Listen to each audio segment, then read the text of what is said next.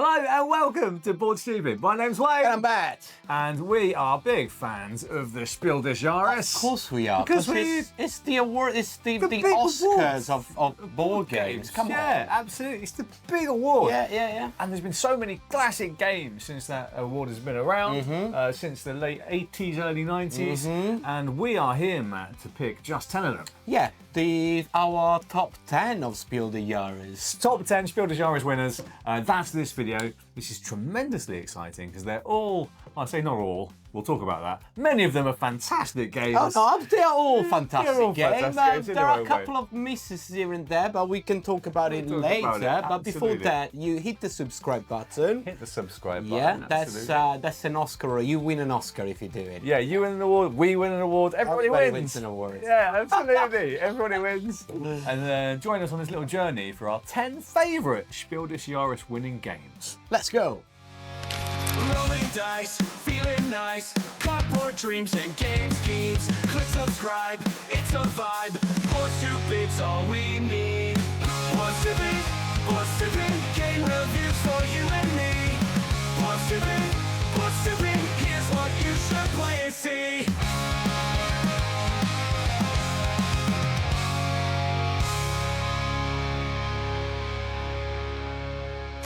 So Matt, the Spiel des Jahres is the preeminent award in board games. It's changed form a little bit over the years. There is now the Kennerspiel des Jahres and the Kinderspiel des Jahres. So these three big awards that recognise the best games that have appeared on the German market specifically in German language. Yeah, exactly. So there are games that must have been in production in Germany. In retail, available in retail. Yeah. That kind of like gives a little bit of I don't know, they could do something a little bit more global, but it's an industry thing about German-centric, let's say. Yeah, it's the German-centric award, but Germany being one of the biggest markets for board games and the home of the Euro game. Exactly. That's where this award comes from. And Matt and I actually explored this award in detail in a whole series. We did a whole history of the Spiel des Jahres, looking at all of the winners. Yeah, from the 70s. From the late 70s all the way through to that today. Was a fantastic series. Yeah, the really link fun. is going to be up there. somewhere. You'll see the playlist there. There are like 4 or 5 videos about it where we look at every single year, every single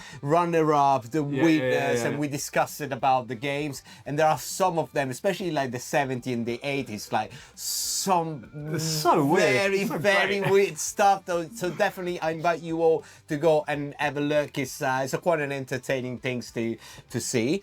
But for this one, we're actually picking what our top 10 favorite games from all this year. Absolutely. Yeah, we can start from number 10. I'll tell you now, there's no 70s in there because I know. These are all relatively recent. Yeah, because I guess they're the games that we played the most. There are a few from the past that I love. Yeah, me too. But they are better games nowadays. So, should we start with number 10? Let's go. Let's go.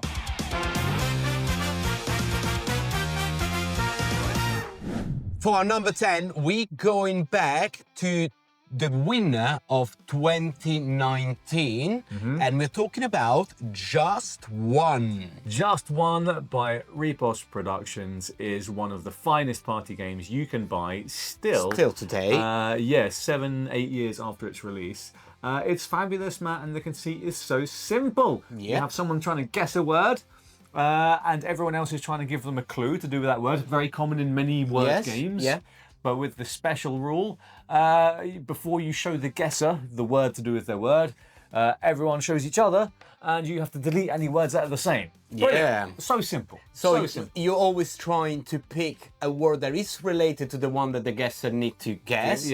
But you want to think out of the box, so you don't want to be that predictable, because otherwise the other people will definitely write that. We had one recently where it was like, I think it was Barbie was one of them. Yeah. And like, there's so many things you could pick. You could pick pink, you could pick blonde, you could think Ken. Yeah. You could do all of those things, but what if Matt also writes writes Ken, or what if, and then I guess I won't get to see it. It's such a clever idea. Exactly, yeah. It's an eternal idea. It's still one of the best party games around today, and it's one of the games that rightfully won an award. Kind of weird because Spiel the Jahres kind of like started giving a lot of their awards to party games. There was a phase where it was quite a few of them. But this one definitely is still one of the best party games that you can buy, you can play. Almost the perfect Christmas game, I think. Yeah, exactly, because it goes with all ages and everything. It's a good game for everyone. So definitely, if you haven't checked it out, go check it, because you're gonna have a lot of fun with just one.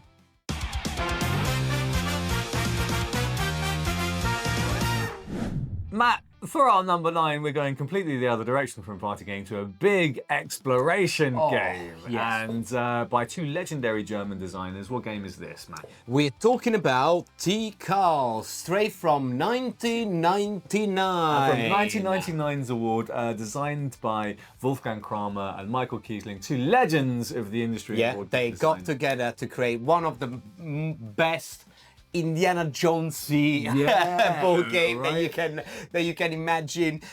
You got this. It's a great. It's not an adventure game, but it gives you a lot of adventure feel.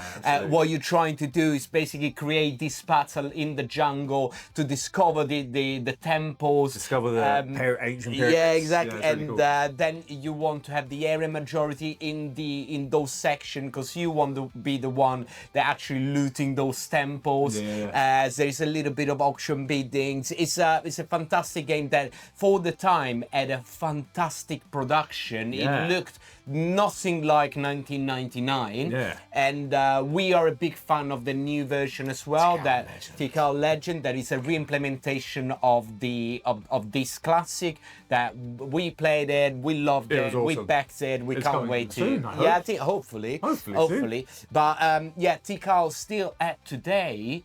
While you're waiting for the new version to come out, you can still play it and enjoy it. You can put your hat and your whip, and you can go get your machete and go to exploring the jungle while trying to do it better than the other people. Yeah, Tikal is a fantastic game utilizing an action point system and still holds up to this day. Very well. Yeah. Very well. Come on, indie.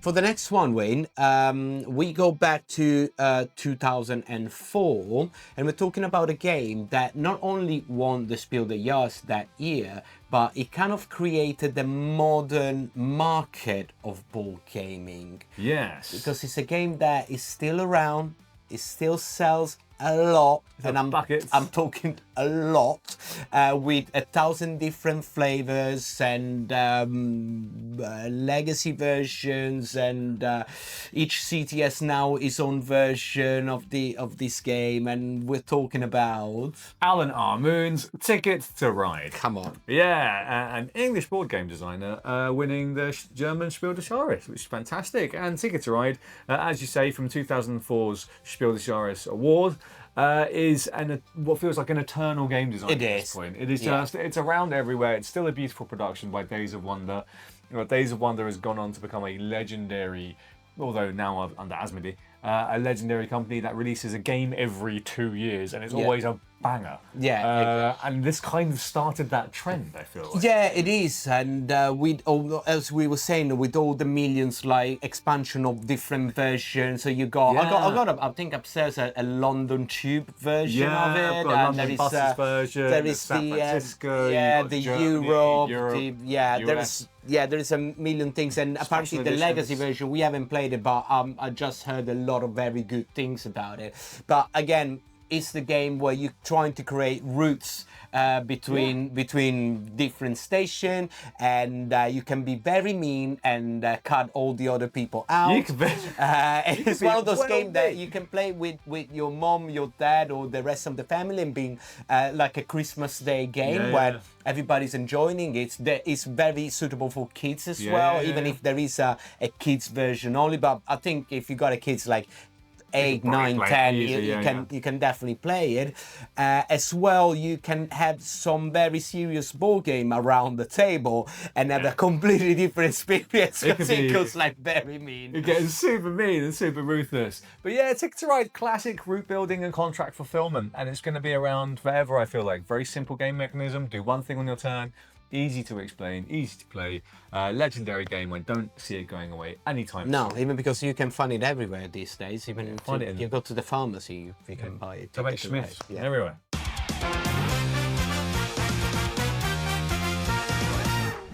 Matt, we are going to 2009's winner, which is a game that basically innovated an entire genre of games. Yeah. And won despite the competition from another legendary game, which is Pandemic. So what game could possibly have beaten Pandemic to the Spiel des Jahres? Well, we're talking about the deck building game. We're talking about Dominion. The deck building game. Yeah. So to beat Pandemic, that was hard, but Dominion kind of like created the genre, like the modern deck building game, and it's a game again that is still well loved around the world. There is a million expansion coming out, and is again one of those eternal design because it's a pure deck building that works absolutely brilliantly, and you just want to play more and more and more and more. Really simple. And you've got loads of different modules you can get and like add different decks in, different cards that you can buy in. Fantastic game, very, very simple.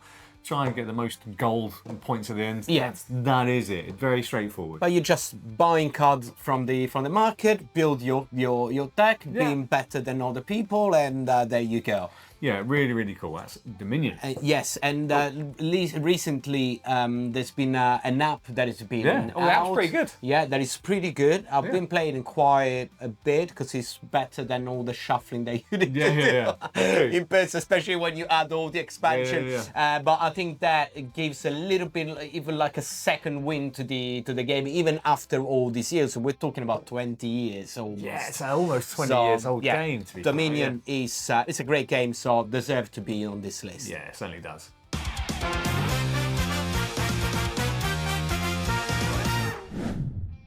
When next one we got a very small box.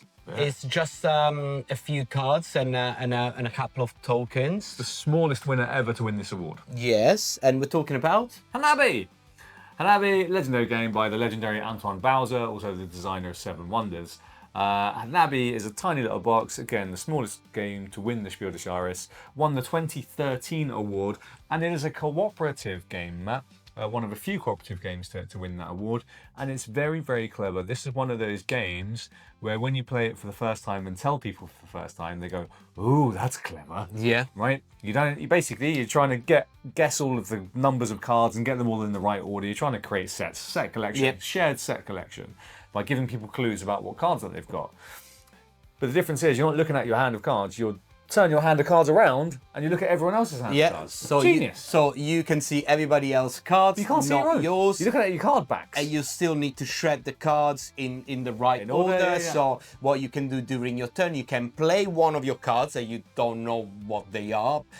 Or the other things you can do is giving clues to the other player of which type of card they have, which numbers or which colors, telling them this card is red and this card is red, and then let them guess what cards they have.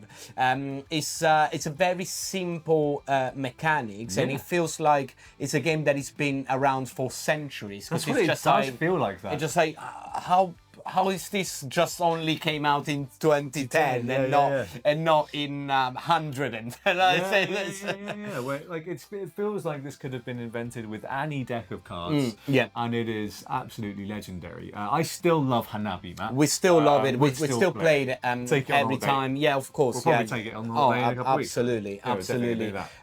We love it. It's one of those games you can play with non-board gamers as well. So it's always good because everybody around the table will get it in an instant, and you can start having fun. And when it's quite difficult as well to finish it. So when you actually do it, it's always a joy. So love it, Hanabi.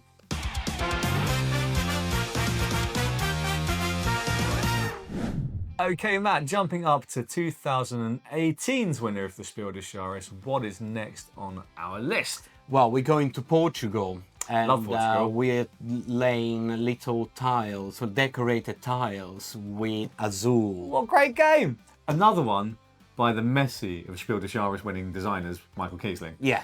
Him and Kramer. Yeah, because they are the Messi and the Ronaldo. This award, this is win everything. Yeah, so what a fantastic game.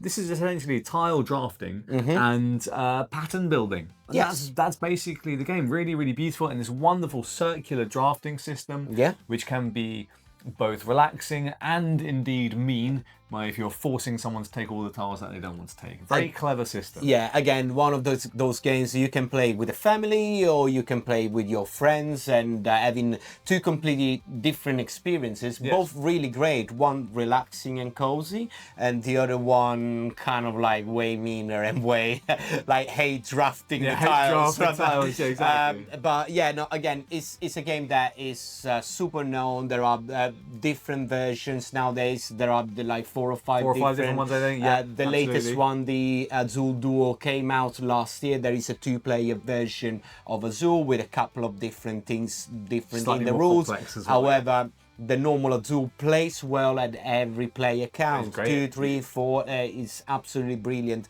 in 2-player as well. It's perfectly fine at 2 players. Yeah, what else to say about this legendary game? Yeah, it's wonderful. And a beautiful production still. Oh, yeah. Still as today, it's just stunning. Yeah, nearly 10 years old as well, this game. It's beautiful. Yeah, still recommended for sure. If you haven't played it, definitely check out Azul.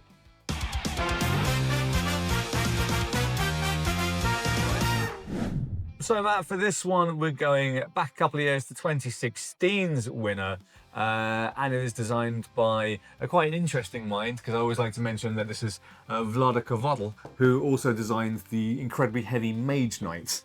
So you would expect for someone doing Mage Knights to then do something heavier on that things. Instead, it came out with one of the most sold games in history, that is Codenames. Codenames keeping CGE stock price nice and high. Woo! Yeah, and what a legendary game, Matt. But another word-based game like Just One. Yeah, and we love it. Yeah, and this year it's gonna get that 10-year anniversary, and they're doing a 10 years version of the game. So we got a copy already. It's with a better production, without plastic, and they finesse a couple of words that they see they didn't work in the last. Yeah, it's a 1.1 version, but it's absolutely fantastic. And again, it's one of those like party games that you can take out every time with all different audiences, and it always works. You got 2 teams, and you basically trying one person give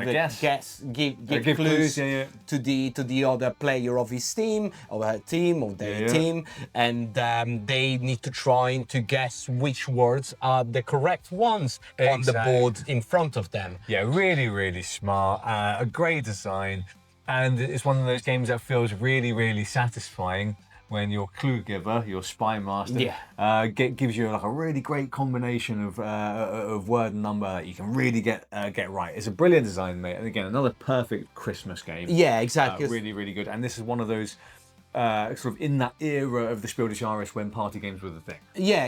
And it rightfully is there, because still today it's one of those games that you can play with a lot of different number of. You can play in 4, in 8, in 16, in 24. You can play as many people as you want. There's a 2-player version. Yes, that is actually great. There's a pictures version. If words aren't your thing, it's really and great. all of them, they are getting this revamp for the 10 years edition. Really, so stay really tuned for that. Absolutely. Codenames.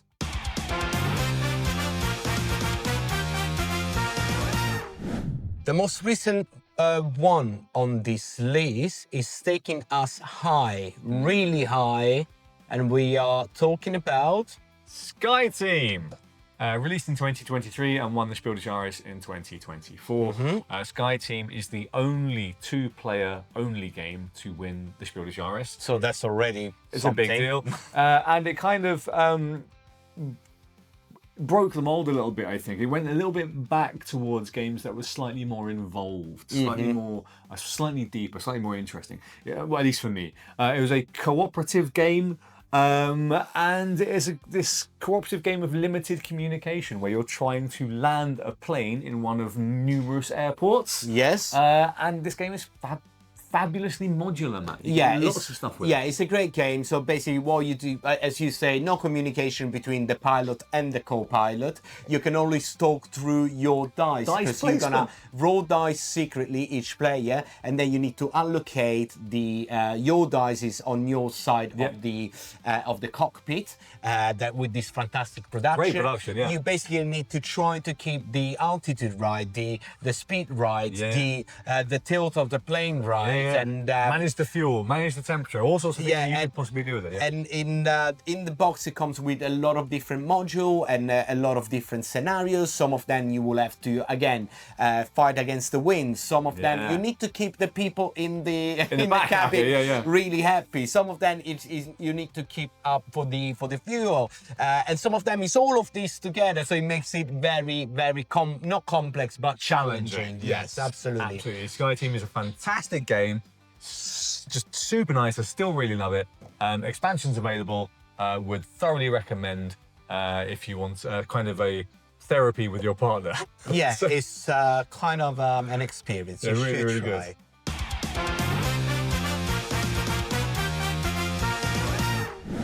Matt, we are going back a couple of years to 2022's winner for our number 2 Spiel des Jahres winning game. Yeah. And it's a game that we both love deeply. Lovely nature theme, designed by Randy Flynn, with a new version coming out this year. What game is it? We're talking about Cascadia. What a game. Cliche, but is a modern classic. Even if it's just like 4 years, it feels like it's been out forever. Yeah, it does, yeah. It's this fantastic tile placement game where you're trying to build your own park. You got different scoring condition at the end of the game, depending on basically the land that you're building, the animals that you're putting on top. There is this drafting, market drafting, where you need to take a tile and the animal with that and then trying to place it. It's a very relaxing game where all the players around are trying to build their tableau, their land, their park. But without, even with a low interaction, it still makes you feel really really cozy game. Like, very satisfying game as well. And this is a game that has variable scoring conditions, so you can crank up the complexity if you like by having more challenging scoring, which is great. That's all in the box. There's a number of expansions out now as well. There's one expansion. There's Landmarks that is I really like it to use now in the core game. I just use it with Landmarks when I play. It adds a little bit more of spice to the game. There is the new version coming out that is Alpine Lakes coming out in 2020, end of 2025, beginning of 2026. There's going to be a standalone version of the game. That is we're really interested into that. Again, because Cascadia created this cozy system that it works again with the entire family. That's why again the Spiel des Jahres is always trying to put on top those games that works both for hardcore board gamers and family plus. And new people. Yes, and new people, absolutely. Yeah. It's a hard balance to strike, but they got it exactly right with Cascadia, absolutely. I think,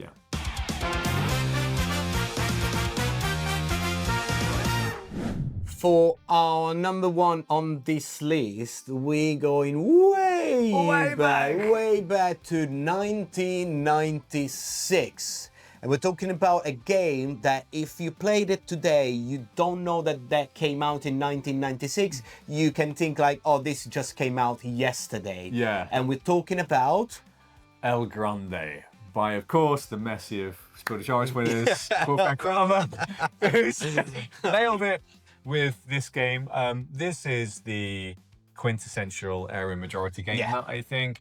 It is an absolutely fabulous, eternal, timeless design that I absolutely love. We both love this Yeah, we game. really. The current version of it is really nice as well. There's been a reprint a couple of years ago with just like nicer pieces, but the game itself is the same. Nicer artwork and stuff like that. It's really, really The nice. original one looks a little bit 90s. But It did. That one did look the like new it one should like is it. the one that you can now find at retail is the new very one, nice. and it looks brilliant. It looks fantastic. Yeah, a fabulous game, and it utilises this fantastic bidding and card system. We love bidding in games. Yeah. We love card-driven games, and we love area majority games. You've got some bidding cards that are one and done. If you use your highest one to bid on the action card that you want, you're definitely going to get that action card. But then everyone knows you've used your highest bidding card. So in future rounds, You can't use that highest bidding card, which is really, really smart. And those action cards are so powerful. They're moving your troops around the map. They're adding potentially more troops. You are moving the king, and there's some really interesting stuff that you can do with all the different elements of this game. It is tremendous. Not to mention, Matt, the Castillo, which also gives a great element of surprise. Yeah, in the exactly. game. You got So this style good. where when instead of putting your troops on the map in that specific region, you can put it in the Castillo that it is kept close until the end of the round, and then it's getting open, and all the pieces are coming out, and then you can put your dudes whatever you want, changing whatever is happening on the board. It's a fantastic game. Again, repeat, if you didn't know that it was 1996, you would say like, oh, this one should have been a Kickstarter game today, because it just like felt so new and fresh still at today after 30 years. God, it really, after 30 years, Matt, 30 years. And this is like one of Wayne had all his hair. Yeah, I know. I had my hair. I had once upon a time. But like, this is one of the games that we talk about when we say on the channel, a good game is a good game forever. Yes. And that's our This demonstrates, This demonstrates that. So definitely, if you haven't, check El Grande. Go buy it and play it. You'll love it. Okay, now we finished the list, but we still got something for you because So as every year, there is a winners and there are runner-ups. Yeah. But time told us that some of those winners didn't really deserve to win, while the runners-up actually stayed and became like legendary games. Yes. So if we're starting from, which one is the first one? 1998. Yeah, 1998, a game's called Elfenland. Elfenland. Elfenland. Not Elephant Man. Elfenland, which is kind of a kid's little exploration fairy-based game. Very simple. Totally fine. But still, Alan, I mean, like, designer for Ticket to Ride. But really, the games they should have won were probably Through the Desert or Tigris and Euphrates. Yeah, the same year. Came out the same year. I mean, come on. I mean, of those games, it has to be one of those two Knizia classics. Yeah. That's Elephant didn't age that well, while the other two at today are still considered like amazing games. 2002. Puerto Rico was the runner-up to Villa Paletti. Villa Paletti. That is kind of like a quirky game. Again, if you go on the video series that we did, you can see what Villa Paletti is. You should, because it's quite a thing. It's very, very But funny. but in the years, all the big games didn't win, such as like Scouts, if I remember right. No, we go to 2017, which was King Domino, which is totally fine. Fair enough. Good Fair game. enough, yes. But the game that which really, for me, should have won, one of my favourite games of all time, is Quest for El Dorado, man. Come on. But then I can Come see why on. King Domino won there, because it's more like family friendly, and This it's is a little bit quite more- interesting about the award, where it started to shift from games like El Grande in the 90s to just one or King Domino, or even Azul, that way lighter game. 100%. And I think those were the ones that I really wanted to talk about. There is maybe one more that you could have said, which if we go down to my notes here. Oh, well, the fact that Pandemic did not won against Dominion. Again, but kind of like, that is very difficult call. I would not say which one I would prefer, but exactly. So really super interesting. So it's really fun going through all of the different winners, and also just figuring out who is the runner-up in a given year. But like you said, man, some of those games have been gone on to be legendary games. Yeah, exactly. But yeah, that's the nature of the award, and that's the nature of judges in like. Yeah, because then time always tells. Time will tell. So that was our top 10 Spiel des Jahres winners of all time as of date, August 2025. Yeah, because exactly. new ones get released every single year. And again, I will invite you all to go and watch the series that we did last year. It's all gonna be linked there with all the history of the Spiel des Jahres from the 70s to 2024 at that point. Yeah, that's right. But we have a look to every single games that won or You the get to see all of the runner-up. pictures of them all as Yeah, well. some That's of them like are really great. super interesting. So Yeah. definitely go and have a look. And again, the Spiel des Jahres is the Oscar of the the board preeminent games, award, and I know probably in the UK is less of a thing, Slightly less well known, but maybe, yeah. generally for the market, winning the Spiel des Jahres is a big thing. It's a license to print money. For your Yeah, game. exactly. Like, it's exactly. even getting nominated, people go out buy the game. yeah, It's that big a deal. Fair enough. Absolutely. So, but I would like to know, we would both love to know, Yeah. actually, what are your picks for your favourite Spiel des Jahres winners Yeah. of all time? And let us know which games you think got robbed on the year. Absolutely. Yeah, there's and loads. we think we're gonna do another video like this just for. For the Kenner Spiel, I think. Yes, that Absolutely, is yeah. the more complex game. Absolutely. It's a version of the Spiel des Jahres that started like to like late 2000s. yeah, so 2010-ish. yeah, so we'll have a look at those as well. Absolutely. But in the meantime, if you want to go and check the Patreon page, you can find all the exclusive videos, exclusive stuff, interviews, and la-di-da-di, and you can help the channel to grow, stay up, and we love you. Absolutely. And, or simply just hit the subscribe button. That helps us a lot as well. So Absolutely. Both of those things, either of those things would be absolutely fabulous, and we very much appreciate it. Check out the rest of our videos, and we'll see you at the next one. Ciao. What's it be?